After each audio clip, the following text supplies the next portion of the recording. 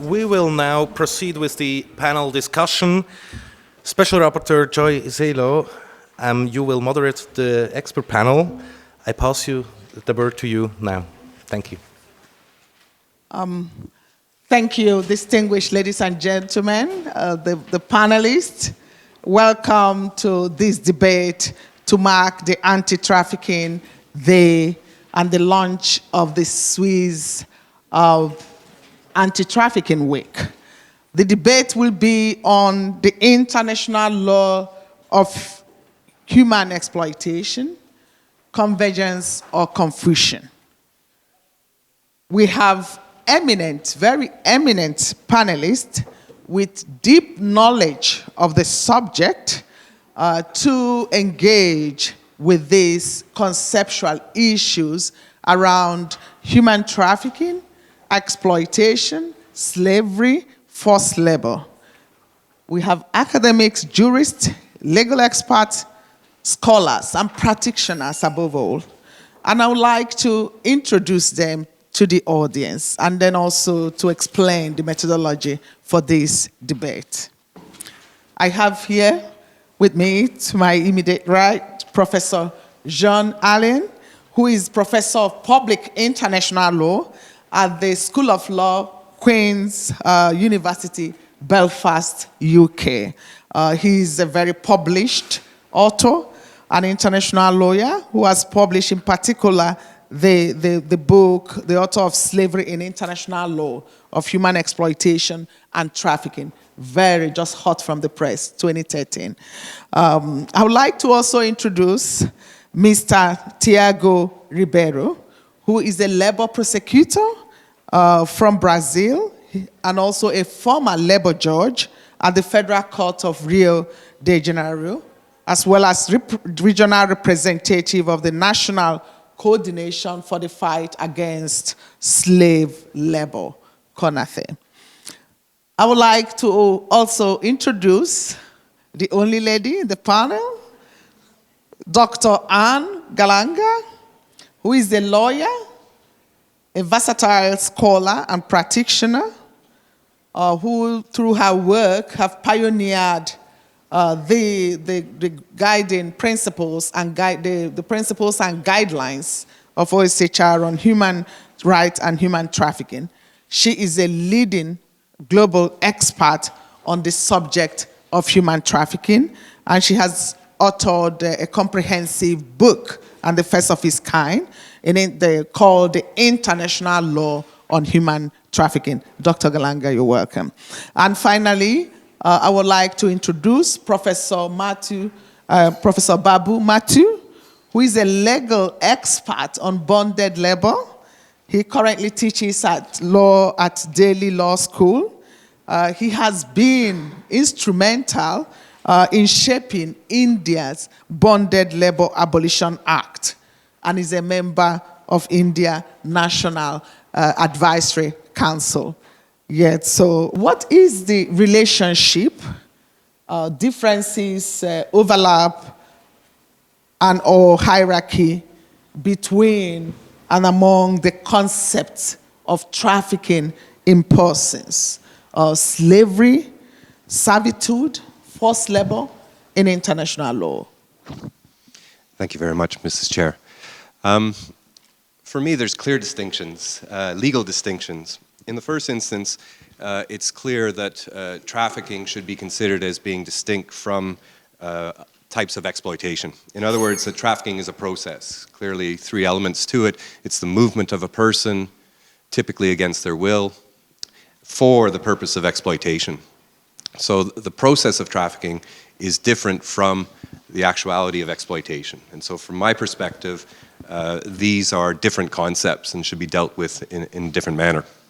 When it comes to the issues of slavery, of servitude, and of forced labor, from my perspective, once again, there are three international instruments which deal with these. The 1926 Convention deals with slavery. The definition is the status or condition of a person over whom any or all of the powers attaching to the right of ownership are exercised. Ownership is actually about control. So if we think about control when it comes to a person, this is what we're talking about when we talk about slavery. You control somebody to the extent that they have no agency, that they lack liberty. And on that basis, once you control this person, you can then buy them, sell them, use them, destroy them if you wish, because that person no longer has control over themselves, over their person. So for me, the definition of slavery in the 26th Convention works, it's applicable, and it has boundaries in which we can apply in a court of law and hold people responsible for issues of slavery. Servitude, I think, is very interesting because international courts have struggled with the notion of servitude. What does servitude mean? But in fact, if you go back to the 1956 Convention, that convention was negotiated to deal with actually servitude. But for technical reasons, the language was changed from servitude to institutions and practices similar to slavery. So I think, and the technical reasons that originated in 1956 are no longer valid. So we should think about servitude as being those types of institutions and practices similar to slavery. In other words, debt bondage, serfdom, exploitive marriages, and child trafficking. Those are the four elements in the 56th Convention. Finally, forced labor. Forced labor to me is a very interesting concept. You have a 1930 convention, but in that convention, well, and the definition is such that it can have a quite wide arc, that forced labor can be in your mind's eye when people are locked away and forced to work. But it can also be the person that you bought your newspaper from this morning who their boss says to the person, you have to accept less than minimum wage or you're fired. On that basis, that also meets the notion of forced labor. For me, one of the interesting conceptions or issues around forced labor is where do we draw the line in which we say that forced labor is maybe criminal and other instances where it is a labor issue. So from my perspective, there are clear distinctions when it comes to the issues of slavery, of servitude, and forced labor. As you can see from this definition, from Palermo Protocol definition, trafficking persons is this process that can result in slavery or forced labor. And in relation to slavery and forced labor, we have this, considering the international law, we have this definition in 1926 Convention that must be understood in relation to our nowadays problems. And it's interesting that sometimes a worker can be used and controlled like he was an object, an instrument. And these times we can see slavery and both forced labor. And forced labor can be understood as this concept that can cover, can encompass many other slavery-like practices. So I think that's interesting. It's important to draw the line between these concepts in order to make clear everyone's obligations. Just because this is a debate, I will just take the position to disagree with Professor Allain. Not terribly much on the substance, but just to perhaps reiterate or emphasise that these terms overlap. They're not actually mutually exclusive. And that efforts to look at the past, to look at the various documents around the conventions of the past, can really only take us so far because they duplicate or they replicate rather than actually resolving these international definitional confusions. And we see that very clearly in relation to the definition of trafficking in persons and how states with perhaps very different agendas have been able to shape very different interpretations of that definition that to us lawyers appears to be very clear. And I think that's something that we'll be picking up later on in the debate. Thank you for that. So I will turn to Professor John Allain. You can respond to this. Yeah, I said that for me there are clear distinctions between them, but it doesn't mean that there's necessarily that there isn't overlap. In the sense, for instance, if you look at the notion of exploitive marriages, of servile marriages in the 1956 Convention, it's very difficult to see in a situation where a bride is sold, where a widow is inherited, that we're not talking about a power attached to ownership. In other words, a conception that is slavery. And so it seems to me that, and also with regards to forced labor, that if you move towards that far end where someone is locked away and is forced to work, then other types of exploitation can come in, and these definitions can also hold. That for me, the issue is, from a legal perspective, is holding people responsible, and in a sense it falls to the discretion of prosecutors to what extent and what is the evidence around these things. And so very much from a legal perspective rather than, let's say, a policy perspective of trying to shape the bigger agendas. So I will now turn to Dr. Anne Gallagher, Dr. Anne, please, can you consider the practical significance, if any, that the lack of conceptual clarity in the international legal framework with respect to trafficking, slavery, servitude, and forced labor have, especially at municipal and also international levels?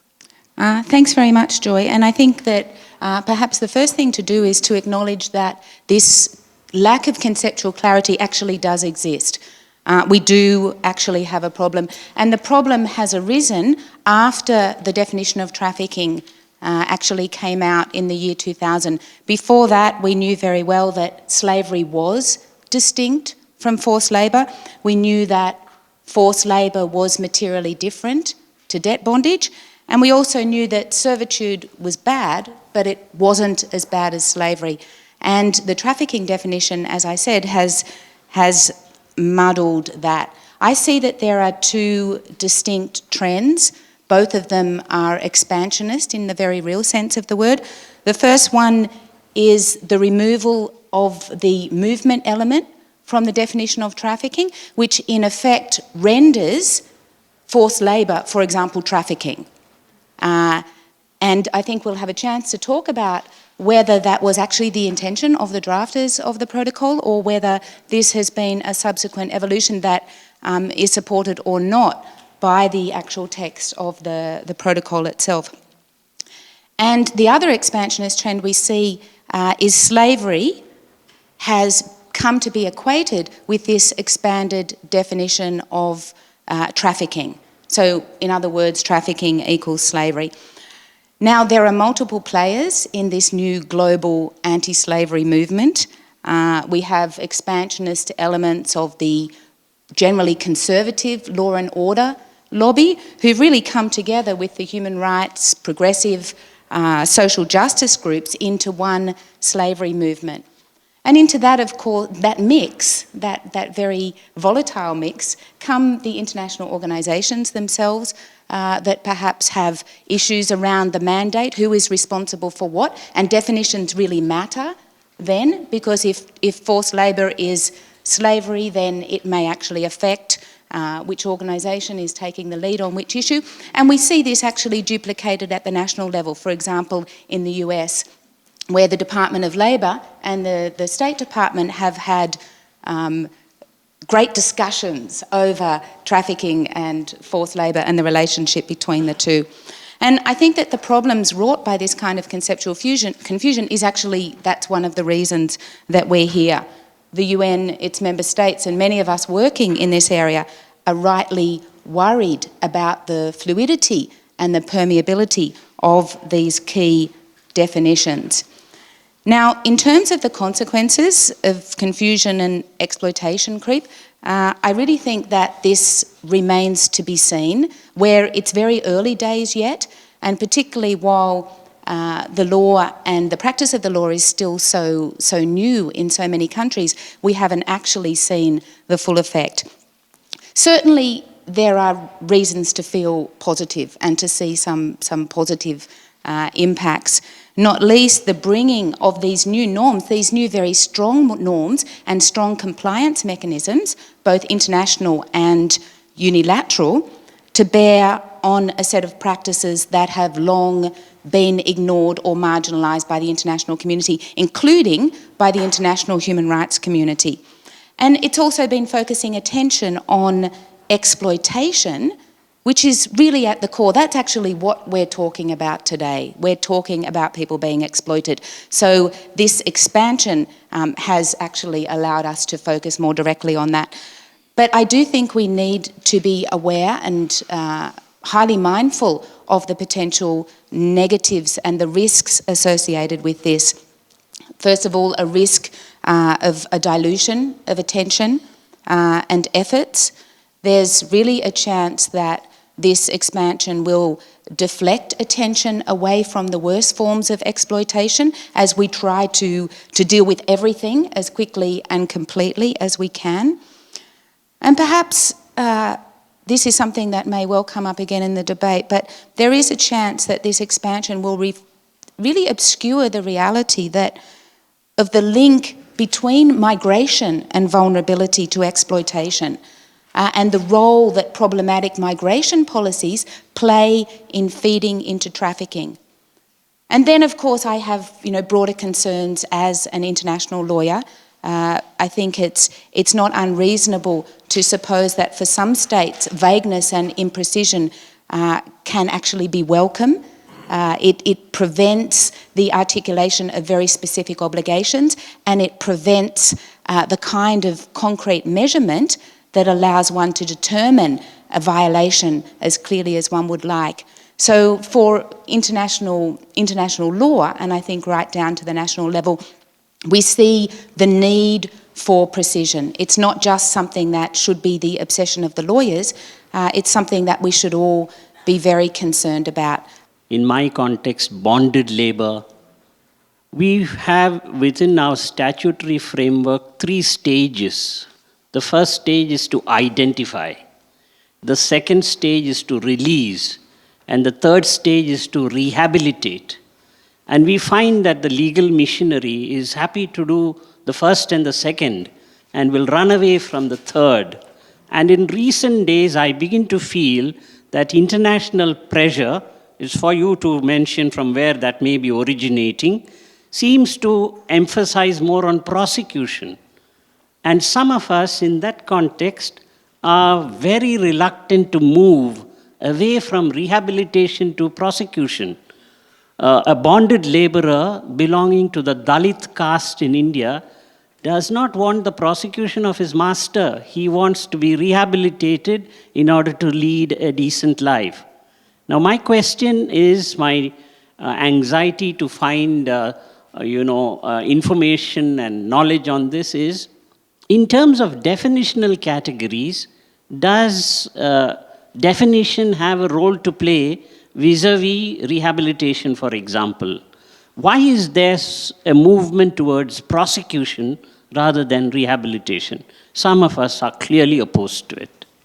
Thank you. I think that is because if you look at the conceptual clarity or confusion directly impacts on identification, prosecution, punishment, and then importantly in terms of addressing vulnerabilities and then providing redress or recovery for victims so that they are not re-victimized again. But I think maybe, do you have something to say, John? Okay, yes, okay.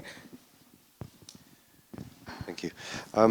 For me, I think the interesting element is that between trafficking and exploitation, that there's been an emphasis on states on passing trafficking legislation at the expense, I think, maybe of forgetting about the exploitive legislation, that there is trafficking legislation that, for instance, talks about slavery, servitude, and forced labor, but it's not necessarily so that states have also put into their domestic legislation that deals specifically with and defines these elements. So I think there are issues around that.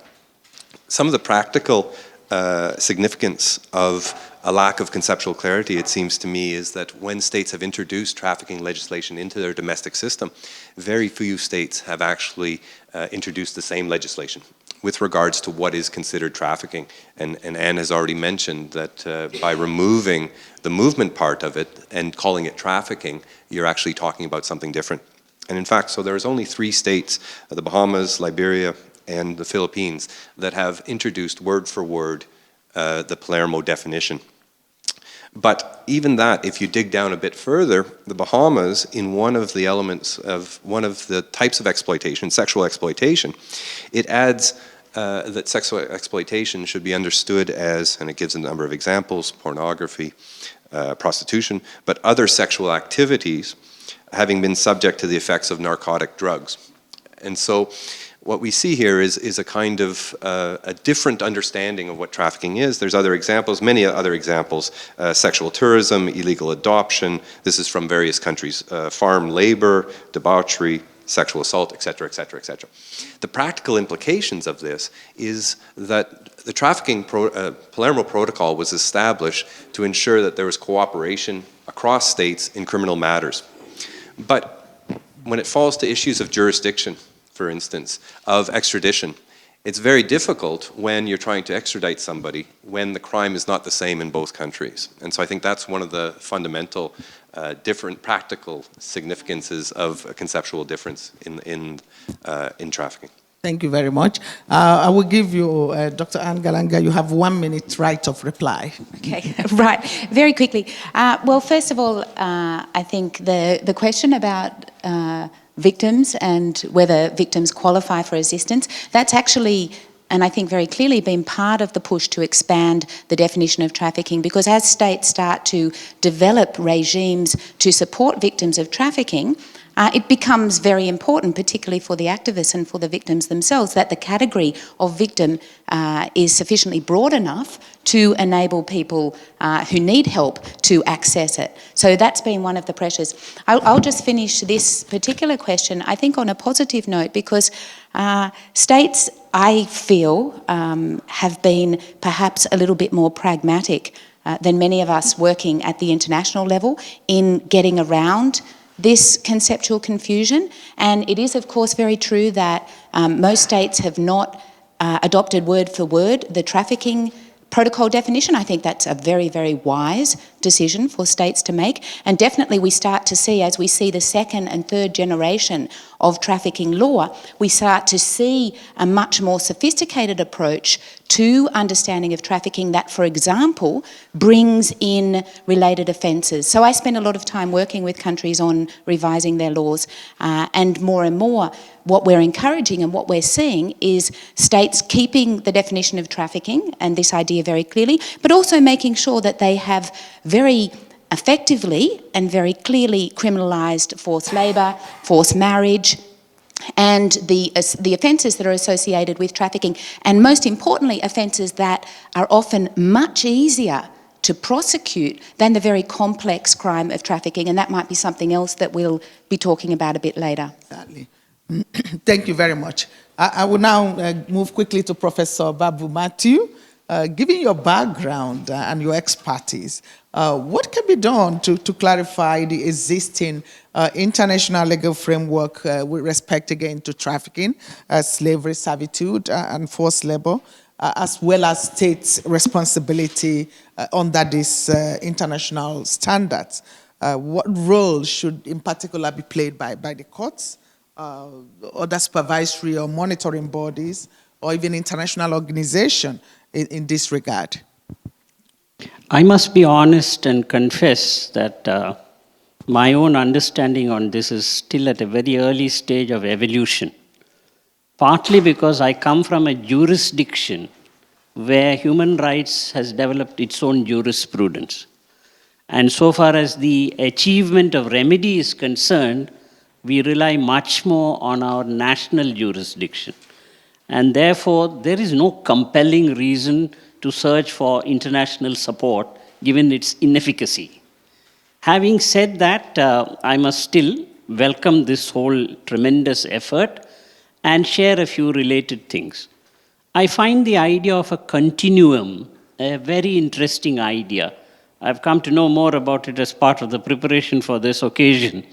I understand that in France and in Brazil, the notion of continuum is present, and that in Brazil, almost everything in this broad category is treated as close to slavery. I come to the Indian position. Slavery, part of it is dealt with under the Indian Penal Code. And that's the criminal law of the land. That's the substantive criminal law of India. Not surprisingly so, because it was Lord Macaulay who prepared it in the year 1860. And that remains on the statute book. And it attracts various forms of punishment. But I think where I can raise some interesting questions vis-a-vis international law is relating to what we call bonded labor. And here, I must mention that it is the Indian variant of slavery. And I think that has its own sociological implications. It is embedded in the caste system of India. It is sanctified by the Hindu religion. It is not less than 3,000 years old. It's closely interwoven with the division of labor. It's deeply embedded in the agrarian system of India. It's related to the division of labor, unclean jobs, removing the dead carcass of an animal, cleaning up, and agrarian labor or agricultural workers. It's part of feudalism, and it's aggravated by poverty and social exclusion. It's hugely practiced against the Dalit, and if it's a Dalit woman, it's a double oppression. Children of Dalits continue to be discriminated. You know, one of the founders of the anti-caste movement in India is the one who led the constitution writing process. His name is Dr. Ambedkar, a Dalit himself. He was quoted, is known to have stated, "I was born a Hindu, but I will never die a Hindu." And that's the extent to which he thought that the Dalits cannot liberate themselves so long as they are bound by Hindu philosophy and theology. And therefore, he actually converts himself into Buddhism. And that will give us a peep into what are the sociological dimensions of what we are talking. Now, if we look at forced labor as recognized in international law, it appears to hinge around the notion of the menace of penalty. And if I were to relate to that, then I would find that the other limb in international law is any work that a person does for which the person has not offered himself voluntarily. So this question of voluntariness, this question of force, the Indian contribution to this aspect is referred to as the Asiad case. That is a Supreme Court judgment by a leading judge of the Indian Supreme Court. And that is something which has held for the last 30 years. I doubt it will ever be reversed. Such a powerful judgment it is. And this depends upon the interpretation of our Constitution. In the Constitution, we have a fundamental rights chapter. And there are only two fundamental rights which by constitutional law are made into punishable offenses. One is the offense of untouchability, and the other is the offense of begar. Begar is an Indian word that's been added to the English dictionary. Begar means extracting work without any payment. And therefore, there was a debate in the Supreme Court whether partial payment will mean that it is not forced labor. And the Supreme Court rejected that argument and laid down that non-payment of minimum wage will be equal to forced labor. And then the question is, what is free choice? If a person is compelled to sell his labor on account of poverty, on account of hunger, on account of starvation, on account of inability to lead a life, if those circumstances force somebody to sell labor, and that might apparently appear to be voluntary, but it's not voluntary, it is forced labor. And I think this aspect may be something which is useful for us to consider even in terms of international law. I think it's actually a wonderful question to ask what can be done to actually clarify the existing international legal framework. I think for me, first and perhaps most importantly, we probably need to be pretty rigorous in separating advocacy from the law. We need to accept that terms such as slavery and modern slavery will continue to be used fairly promiscuously by advocates, but that shouldn't distort the law. And International lawyers, and I believe international organisations, have a very special responsibility in that regard. It's actually quite tempting to the lure of simplifying the complicated and broadening perhaps one's appeal is a very strong one, particularly in this current climate where there seems to be perhaps that's the only way to attract attention and funding. But we do pay a high price for that, and we should be brave enough to confront initiatives that perhaps undermine or further confuse the law, whether they come from a government or from a private corporation or anything else. What specifically can we learn from development of national law that could help shed light on how to understand the relationships between the concepts of trafficking, slavery, forced labor, and slavery and forced labor? Brazil's example reveals this attempt to develop a definition that, besides trafficking persons, a definition that encompasses many forms of labor exploitation. We have under Brazilian law this crime of reducing someone to a condition analogous to that of a slave, with a very detailed definition. And with this definition, we can encompass slavery, we encompass forced labor, debt bondage, and many so-called slavery-like practice. So I think this attempt to develop a concept that can make it clear what situations can reveal the existence of forced labor and slavery-like practice is an important contribution to shed light in relation to this concept, and maybe the same thing can occur in other states by the development of a concept that is related to local context and maybe can help the achievements in relation to the combat against forced labor and slavery-like practice.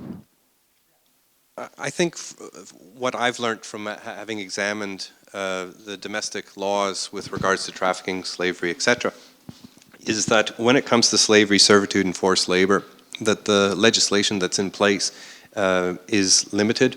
Oftentimes states only have provisions, let's say, in their constitution, but they don't expand on it. And you get a real sense that there was an introduction of these things, let's say, around the time of the Universal Declaration or around the ICCPR, the International Covenant on Civil and Political Rights. So you have this legislation that comes in waves. For me, and I think maybe to be, let's say, a bit to challenge my colleagues, and to raise an issue. I think that, I mentioned before that with regards to trafficking and exploitation specifically, that there's been a number of different readings of what exploitation means. So there's been a real divergence. But I see another trend, and I think it's a trend that's rather interesting. And that is that, for instance, the European Union in its 2001 directive puts forward this notion of the movement of a person against their will, so trafficking, but for any criminal, with regards to any criminal activity. And that may be the future of the definition of trafficking, that we don't seek to establish what exploitation is. We accept that anybody who's forced to do something against their will, which is illegal, and which has movement attached to it, meets that definition of trafficking. So it may be that there's convergence at the end of this process, that there has been an attempt in each country to define what trafficking is, and each country has come up with a different understanding. There may be this umbrella concept which catches much of it, and that is that any criminal activity in which a person is coerced into, when there's movement, might well meet the definition of trafficking. Thank you very much. So I will take 1 more minute before we move to the next segment, giving you, of course, the right to reply. Yes, Dr. Yeah, just very briefly, I don't see that happening. I think that what we are seeing very much is that states are playing around with the issue of movement and, in fact, more and more not requiring movement, but rather focusing on the end purposes of which are the exploitation themselves, and perhaps that ends up coming pretty much to the same thing. But I do believe very much that the trend will be away from focusing on movement, and that may well be problematic. We can talk about that, I think, at some point, which is a big part of the definition, and very much skipping, even perhaps skipping over the means element and going straight to the servitude, the particularly forced labour, forced marriage, and these end purposes of trafficking. So the trend that I see is, in fact, that the end purposes of trafficking are starting to become trafficking. And that's very significant legally, but also in terms of policy, both at the international and the national level. Thank you. Is trafficking in person a form of exploitation, or is it a process that may result in exploitation? Where would that fit in the continuum of exploitation? I think a very interesting question, whether trafficking is a form of exploitation or it's a process that results in exploitation. Legally, you don't have to be exploited to be trafficked. That is, that if you are seeking to exploit someone and you move that person through deception, etc., then that can also be trafficking. But I think that's in a sense a lawyerly answer, because it will be rare that this will take place. I think that trafficking is exploitive, because behind that is the acknowledgement, the realization that when somebody is trafficked, it is violent. The person does not want to move, and they're being moved. And they're being moved, in a sense, towards exploitation, something they don't agree to. As a result, the trafficking process is probably the most violent. And it is, if you wish, in quite hard language, it is the breaking of a person so that they can then be exploited. So I do see that on the one hand, you could say, well, no, it's a process that leads to exploitation. But to my way of thinking, we should not deny that the process of trafficking itself is exploitive. So the first. The second is the issue of a continuum. I think we've discussed it in many ways already of this continuum, and that there's overlap. But there are clear reasons why slavery was outlawed, and then forced labor, and then we've seen different types of exploitation being dealt with. For me, the issue of a continuum may fall rightly with regards to the penalties that are attached to it. But beyond that, I don't see all that much leverage, legal leverage, in talking about a continuum. I'm a little disconcerted to agree with Professor Allain again, but I would pick him up on one thing, and that is the continual use of the word movement. You know, that trafficking is a process moving someone into a position of exploitation, because unfortunately that doesn't resolve one of the central questions that we're here to talk about today, and that is the very strong argument that continues to be advanced that maintaining a person in a situation of exploitation is trafficking. And that is the exploitation creep that has, I think, many people, many organisations quite rightly worried. I think for me, the interesting thing, and the thing that we often forget, is at the international level, the Palermo Protocol is exactly that. It's a protocol to a convention dealing with organized crime. And so the conception of trafficking was the movement by a criminal gang. And that movement ended when the criminal gang was no longer involved. And so you could clearly make parameters around this person left here, these are the people that assisted, and then that person was exploited. But I think that's been lost when we move to bring the legislation into the domestic legal order. And I think that's where what was conceptually quite strong has kind of broken and fragmented into the understanding and maybe the issues and the problems that we're seeing today as a result of the domestic implementation. Conceptually quite strong at the international level, but it's been lost in translation as it's been brought into the domestic legal orders. What is the meaning of the term harboring in the trafficking definition? And how do you think the drafters of the protocol understood this term? If it operates, does it operate to bring both the process and the end situation of trafficking within the definition, as you have written particularly in your book on international human law, international law on human trafficking? Again, it will be interesting if you look at what are the legal and functional limitations to this. Okay, I think that perhaps the first thing to say is that harbouring is problematic. It was actually identified by the Conference of Parties to the protocol, to the convention, as an area of potential study in this broader study of complicated and complex concepts in the definition. Now, it's not least problematic because this term is usually used to refer to contraband or criminals. And it's only really in the context of trafficking that harbouring has been used with reference to victims of crime. And that's perhaps something interesting that we could explore a bit further if we had some more time. But leaving that aside, this becomes an issue of treaty interpretation.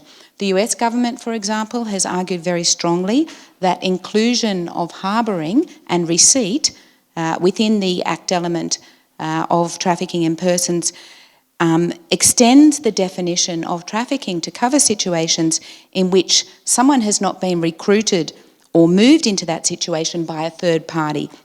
So, for example, a person who's maintaining control over a bonded labourer has in fact trafficked that person because he or she is harbouring them through one of the prohibited means for purposes of exploitation. Now, the most direct effect of this, and the effect that has, I think, many governments and international organisations worried, is that this brings all forced labour or bonded labour within the definition of trafficking. Forced labour, in fact, is trafficking under this interpretation, as is forced marriage, debt bondage, and most of the other forms of exploitation to which trafficking has been linked through the protocol. Now, I've accepted previously in my work that this is indeed a possible interpretation of the international definition, but the problems attached to that interpretation are quite clear. And I think we do need to acknowledge, it's already been mentioned a couple of times, that this expanded vision of what trafficking is seems to be pretty much at odds with what the drafters of the protocol intended. Ordinary meaning is, of course, very important in interpreting treaties, but so is object and purpose. I was actually there at the protocol negotiations, and it was very clear to me that states negotiating the protocol were focusing very much on the process of trafficking. They didn't bother to go to all of the trouble of developing a three-part definition of trafficking just so that the first two parts could be rendered irrelevant. That just doesn't make any sense at all. The same argument applies to the trafficking equals slavery equation as well. Why bother to develop an entirely new treaty regime? And this is a treaty. It's called a protocol, but it's a treaty when slavery and forced labour are already quite well addressed through strong customary law and through strong treaty law. It really just doesn't make sense.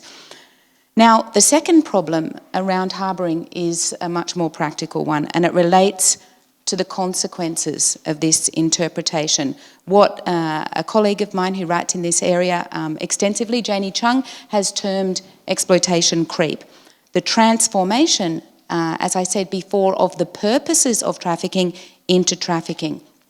And as has already been mentioned, the consequences of this creep really remain to be seen. We can see it as positive because it's brought these new practices or these old practices into a new and quite rigorous legal regime, but we can also see it as a negative, making everything trafficking, making everything slavery, for that matter, through this umbrella concept of harbouring, risks, as has been said, diluting attention and effort and marginalising perhaps the very worst forms of exploitation that we so desperately need to be focusing on with all of our attention. Thank you. Yeah. So are you saying in effect that a situation of intergenerational bonded labour involving no preceding process fall within or without the scope of the trafficking definition? Okay, what I'm saying is that definition is supported by the text of the convention itself, but is undermined by many other aspects of the convention. It's very clear that the convention was talking about this process. It's in the preamble, which talks about countries of origin and transit and destination. It's in the kinds of obligations that were created for cooperation that actually are siloed according to whether a country is a country of origin or destination.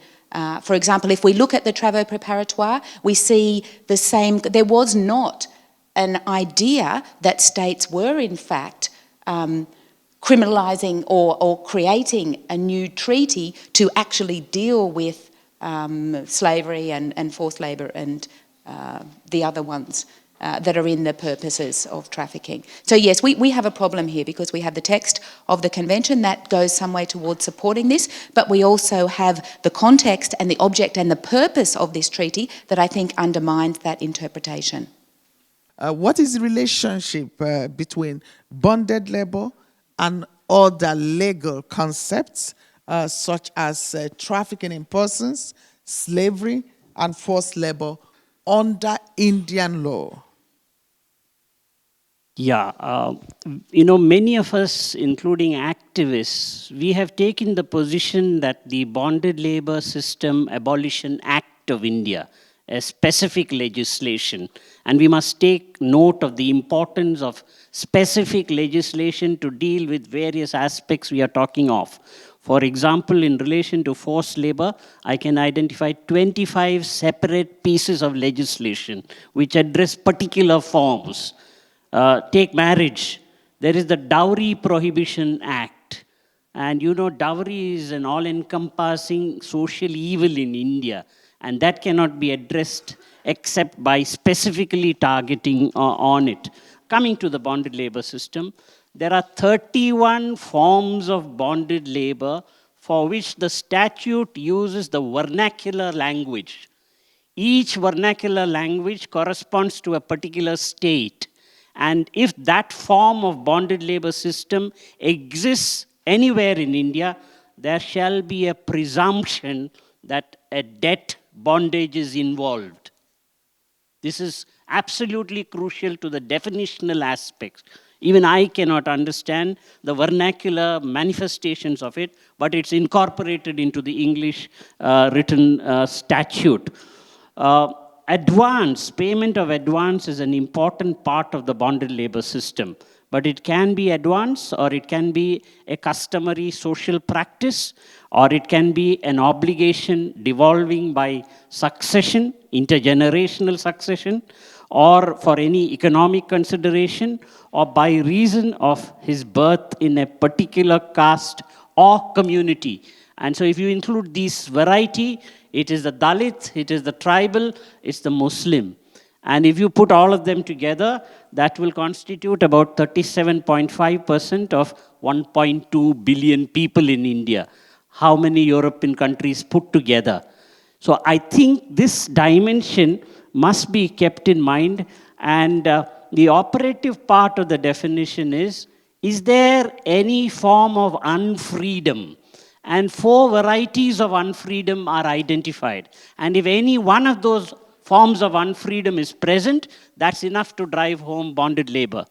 One is nominal wages, or now we say below the minimum wage. Number 2 is forfeits freedom of employment.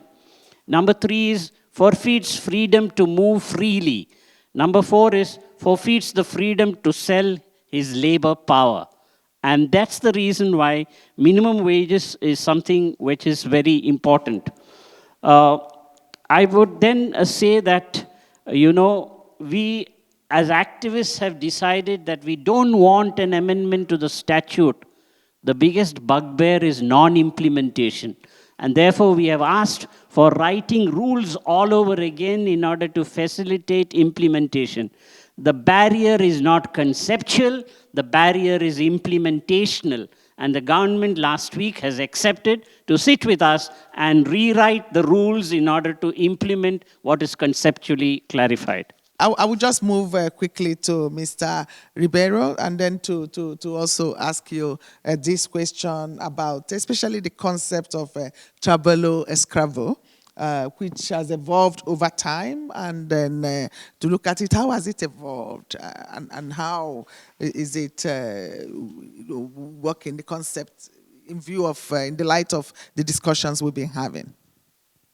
Well, since 2003, we had this amendment to our Brazilian Penal Code, and we have this detailed definition of the crime of reducing someone to a condition analogous to that of a slave. And this legal concept gives this detailed definition. As I said, it says that that practice can occur by subjecting a person to forced labor or to arduous working days, subjecting a person to degrading working conditions, also restricting in any manner his mobility by reason of a debt contract in respect to the employer, also by retaining workers at the workplace by preventing them from using any means of transportation, and finally, retaining workers at the workplace by confiscating their personal papers or personal property. So, as you can see, this a concept that do not cover trafficking persons. Trafficking persons under Brazilian law is another issue, but it's a concept. This definition of reducing someone to a condition analogous to that of a slave. It's well known as its reduced form, slave labor, and it's a definition that encompasses forced labor and compulsory labor in a strict sense, also debt bondage, bonded labor, and finally many other slavery-like practices that are literally mentioned in this legal definition. And I think that this concept evolved over time, and I think that the main point of this evolution is that reference to working degrading conditions. Of course, that working degrading conditions do not mean a single labor law fault. Working degrading conditions are that conditions that reveal such a serious violation of human dignity, a disregarding of the human condition, the situations where the worker is being treated like an object, like an instrument of the employer. Of course, that freedom is the main subject when it comes to forced labor, but it's also important to be aware that freedom is an attribute of human condition, and a worker that, for example, receives no proper water, is being obligated to sleep under canvas on the field with no protection. He's being treated not like a human being, he's being treated like an object. And I think that this link between freedom, free will, and serious violation of human dignity, I think that's the most important note of this evolution of the concept of slave labor. And it's important to say that unfortunately we have this attempt in Brazil of some groups of Brazil's politics that are trying to review this definition, are trying to reduce the protection of this definition. And we know that, for example, Ms. Gulnara is aware of that, and we count on this support of the international organizations, and we hope that that attempts will not occur, and we still have this important instrument that is the legal definition of slave labor under Brazilian law. This legal concept really allowed many improvements in Brazil's practice and programs and policies, and also prosecution, mainly in labor law courts. We have this distinguishment, we have these labor prosecutions, and when we have this, we claim for the so-called compensation for collective moral damage. And this is, fortunately, in many cases, labor prosecutors can have this compensation, this sentence that imposes this compensation to society. But unfortunately, under the criminal courts, we also have to improve the actions. We still have many difficulties in relation to criminal convictions. But I think that's a progress that we will achieve to this also. As you mentioned, Brazilian law, and nowadays we don't have this definition for trafficking persons for labor exploitation, only trafficking persons for prostitution.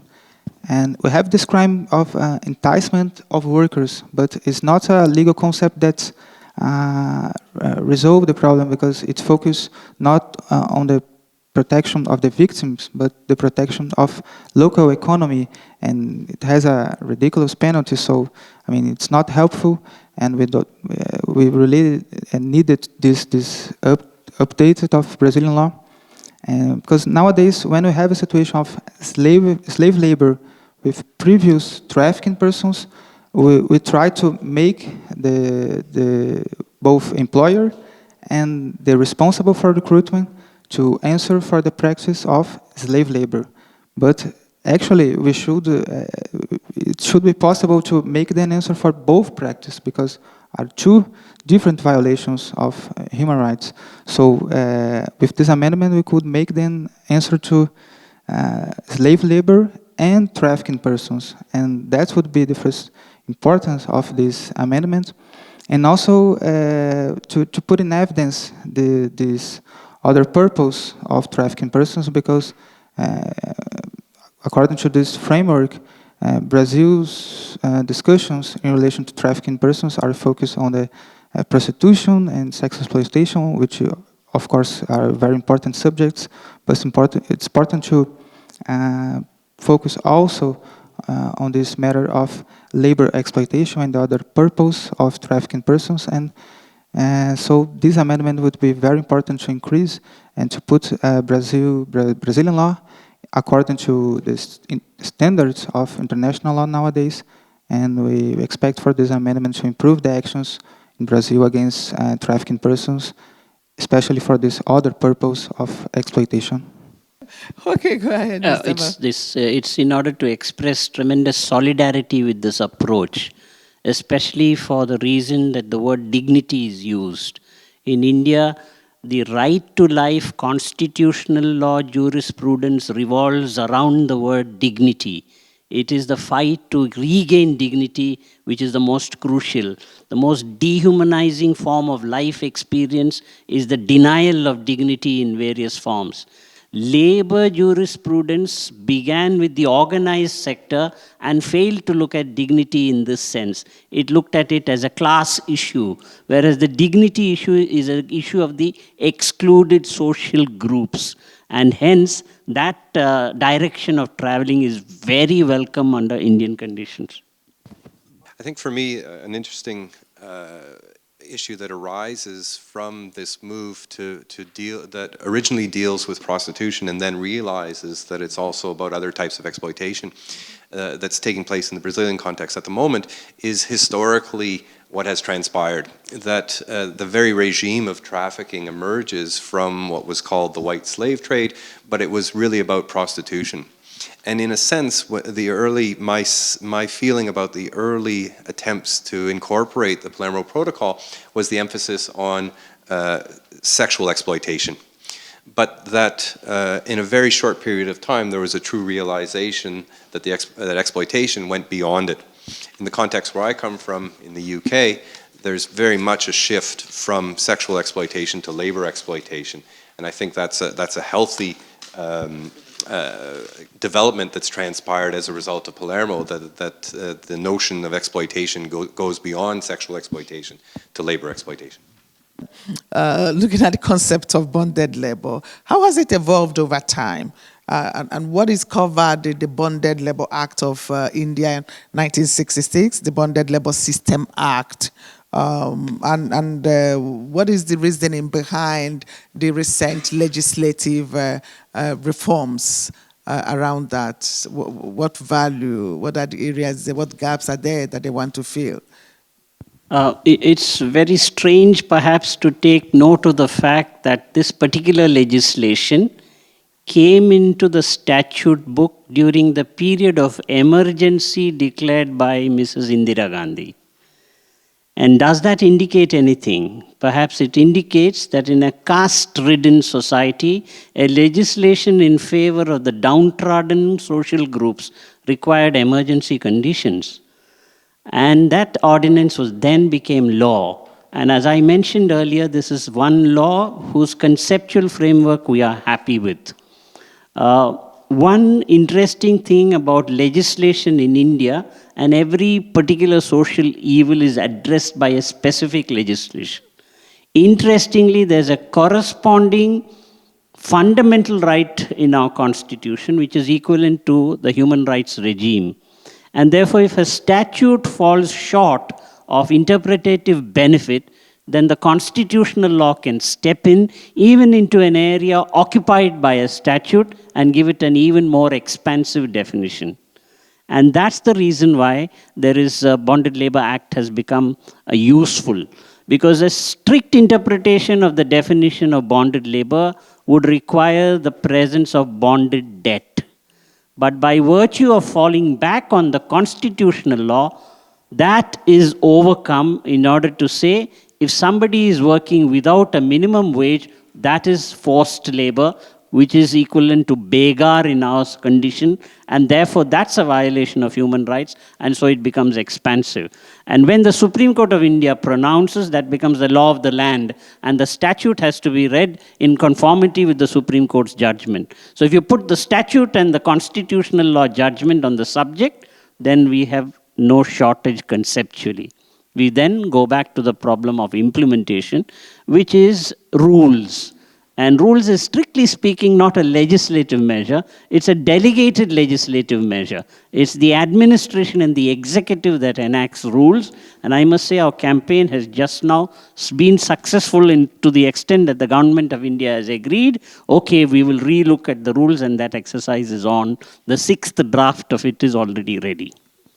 But I guess one of the points to make is that if we look at prosecutions at the national level for trafficking, we do see that they continue to be predominantly addressed towards those who have been moved into situations of exploitation. So we see that migrants and migrant workers are still predominantly overrepresented in trafficking prosecutions. So there is still some attachment to the notion of movement. Now, the ILO, I think, has repeatedly over the years interpreted trafficking for forced labour to include only forced labour involving recruitment or movement by a third party. That hasn't been universally agreed to, and as I mentioned before, the United States, for example, using both receipt and harbouring, have argued and have in fact applied in their own unilateral compliance mechanism the notion that all forced labour is trafficking.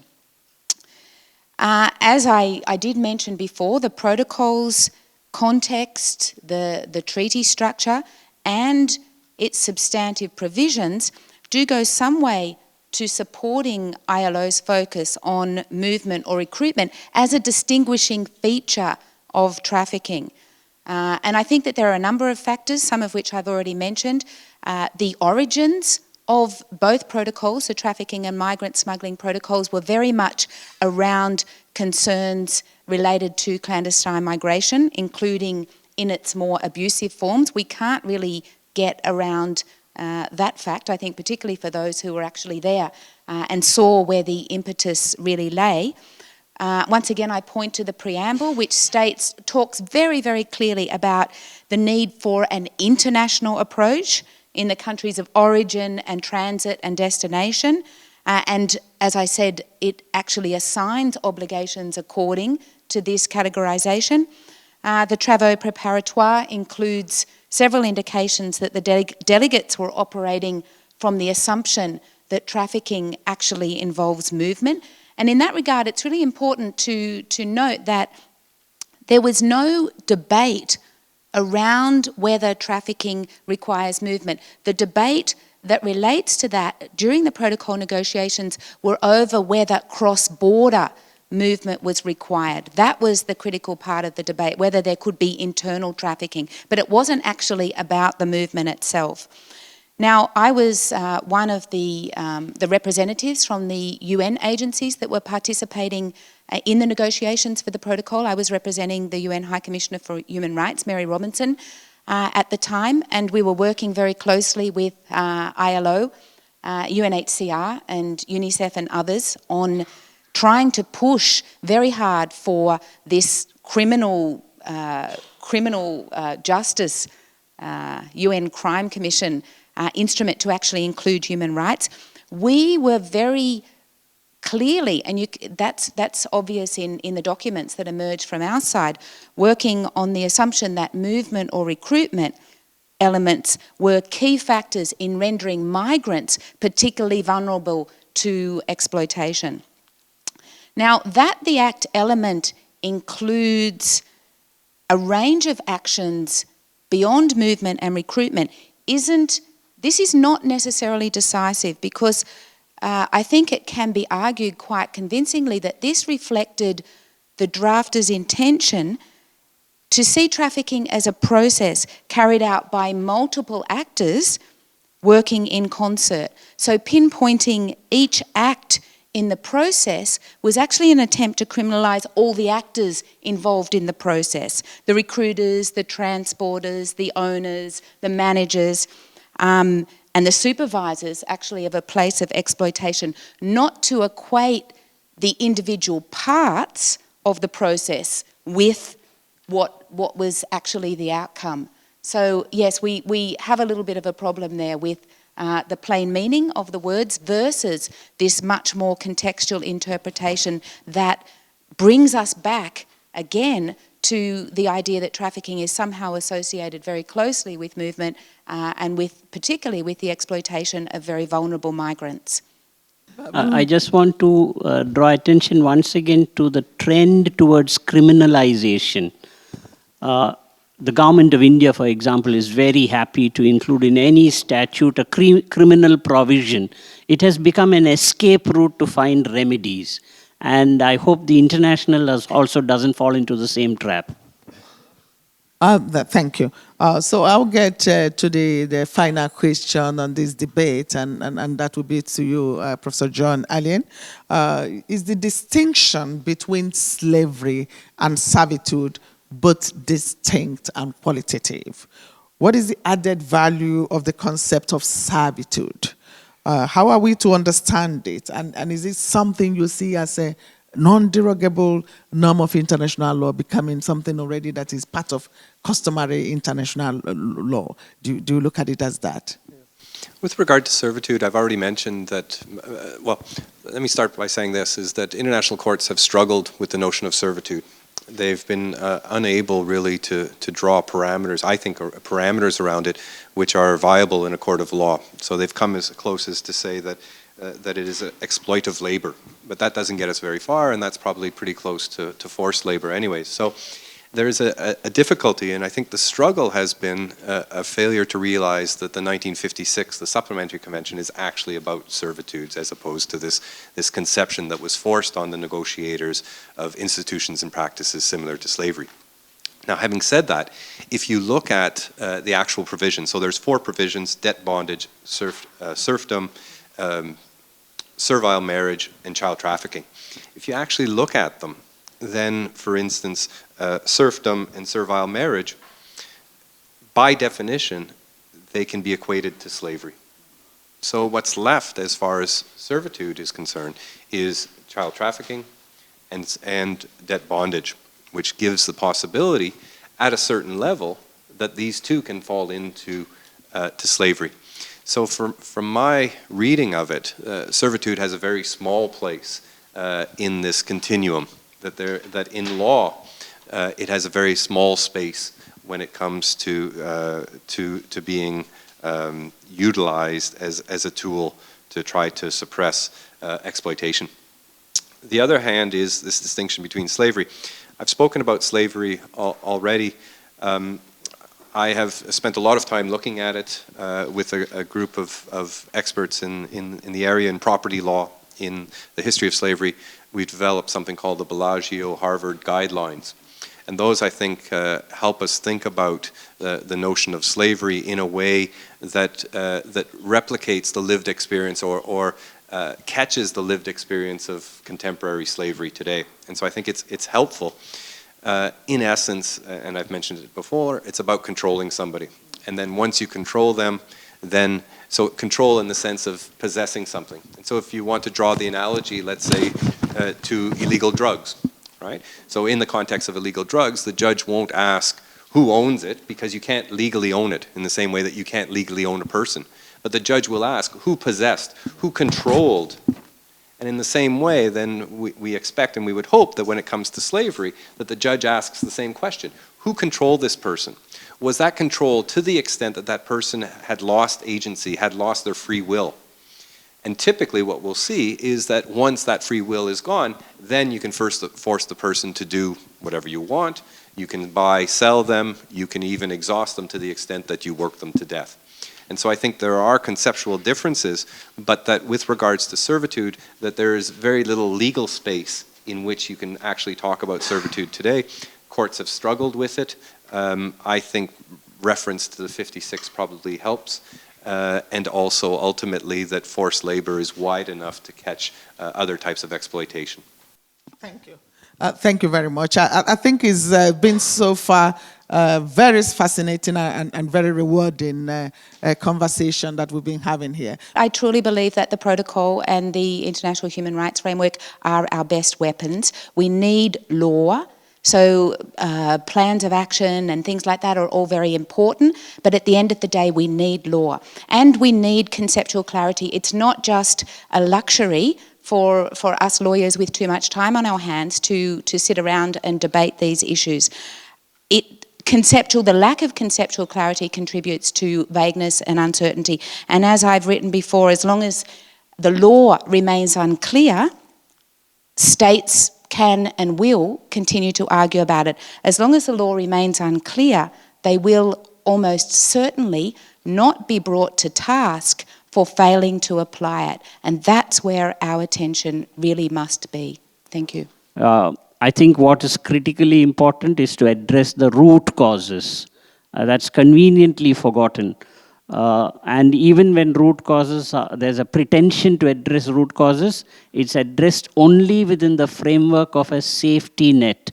Rehabilitation of the safety net variety is hopelessly inadequate to issues concerning factors in the political economy of the society that aggravates the condition to create more and more of all the victims that we are talking of. All the victims. Thank you. And then Mr. Thiago Ribeiro. Thank you. Just to give a short answer, child labor is under Brazilian law. We have is clearly addressed under Brazilian law. We have these policies. We have this law.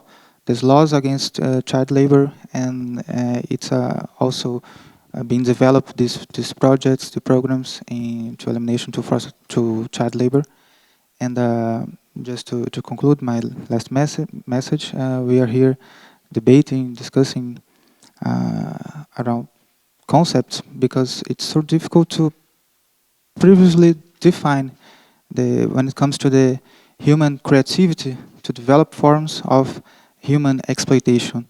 So, but I think with movements like this, with discussions and with the action from the international community, we will finally can eliminate these forms of exploitation.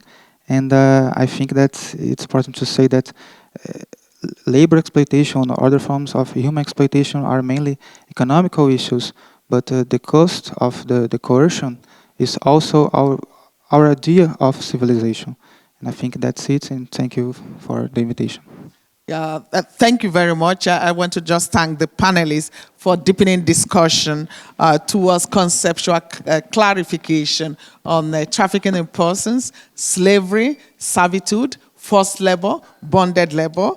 Thank you for being part of this debate and for contributing to expanding knowledge in this field. And I will quickly turn on to my colleague, the Special Rapporteur on Contemporary Forms of Slavery, Ms. Gulnara, to do a brief summary. Thank you. You put me in a very hard task to, collect all of this information and to present to readers. It was really exceptional, and I think this is a discussion, this is a process that we have to continue, discussing the hard issues that we come across when we work in the field, when we work with legislation and situations that we encounter. In many countries, when I travel, I see the situations that I'm trying to understand how I'm going to apply slavery definition to this, whether this is trafficking, what does it mean? And what is the cultural context of the country, economic context of the country, how I'm going to apply this. This is a very hard process. And I think we always have to be open, as I was telling in my discussion, open to this, definition, having in consideration the very dynamic process we're living in, and very dynamic responses of criminals or people who are exploiting people, exploiters. We have to take into consideration, we have to be open to this. And even, when, if there is a law, of course, as Anne Gallagher was saying, there is human rights law, there is trafficking law. Combination of those elements is extremely important. You cannot apply sometimes only labor law. You have to go beyond that. You have to go beyond criminal law. You have to go beyond migration law in order to have a clear picture. We're coming to an end of a very intense and informative morning. And I'd like to very warmly thank our panelists for really an excellent and captivating panel this morning. You have showed us very eloquently the incredible complexity of the issue of trafficking and all the forms of exploitation. You showed particularly the challenges around definitions and the legal implication of clear, vague, or not having a definition. Of course, clear definition is paramount for effective action by states and international organizations. But I am tempted to say, maybe here it's more the practitioner, that states and international organizations must not wait for an international agreed clear definition to be active. In parallel to the normative work, they have to be engaged engineer, I would like to say, in the practical fight against trafficking and exploitation. This fight is also about the political will to act, even under a vague normative regime. Thank you also to Special Representative Ezeilo for an excellent job as moderator of the panel, and to Special Rapporteur Shahinian for wrapping up the findings of the panel. And now to the continuation of the day, I'd like to remind you once again that at 2 p.m. the exhibition starts. Please go and see the different booths that are prepared outside about the different form of exploitation. Then also you are all invited at 2:30 to the high-level event just in the room 3 here, and we will have addresses given by the Swiss Minister of Justice and Police, Federal Councillor Simonetta Sommaruga. You will have Her Excellency Navi Pillay, UN High Commissioner for Human Rights, Director General Bill Swing of IOM, Greg Wines, Deputy Director of ILO, and Mr. Volker Türk, Acting High Commissioner for Protection at the UNHCR. And now I think we all have deserved a sandwich, which is waiting outside, as we have already time for having our lunch. So stay with us, have a sandwich, and thank you again for a great morning.